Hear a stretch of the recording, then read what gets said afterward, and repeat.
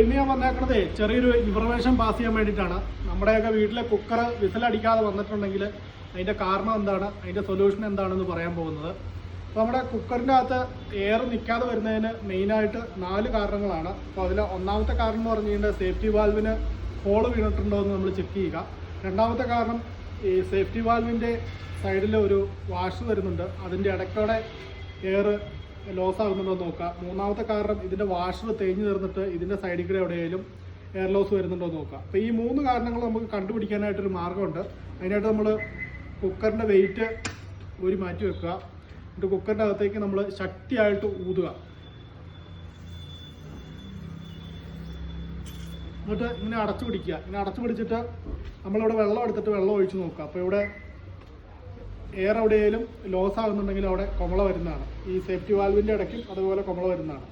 Safety വാൽവിൻ്റെ ഇടയ്ക്ക് അങ്ങനെ കൊമള വരുന്നുണ്ടെങ്കിൽ നമ്മൾ സേഫ്റ്റി വാൽവ് മാറി കൊടുക്കുക.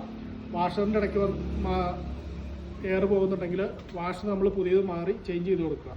അപ്പോൾ ഇങ്ങനെ ഈ കംപ്ലൈൻ്റ് ഒന്നും ഇല്ലെങ്കിൽ നമ്മൾ കൈ ഇങ്ങനെ എടുക്കുമ്പോൾ ഇതുപോലെ എയർ പോകുന്നതാണ്.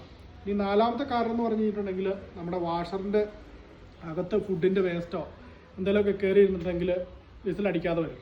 അപ്പോൾ നമ്മളെല്ലാ കുക്കറിൻ്റെ വെയിറ്റ് നമുക്കിങ്ങനെ ഊരിയെടുക്കാൻ പറ്റുന്നതാണ്. അപ്പോൾ ഇതിങ്ങനെ ഊരിയെടുത്തതിന് ശേഷം ഇതുപോലെ വെയിറ്റുള്ള എന്തെങ്കിലും ചെറിയ സാധനം വെച്ച് നമ്മളിങ്ങനെ അടിച്ചു കഴിഞ്ഞിട്ടുണ്ടെങ്കിൽ ഇതിൻ്റെ മുകളിൽ നിന്ന് ഇതുപോലെ ഒരു സ്ക്രൂ ഊരിപ്പോരുന്നതാണ്. ഇതിലാണ് കുക്കറിൻ്റെ വെയിറ്റ് താങ്ങി നിർത്തണം.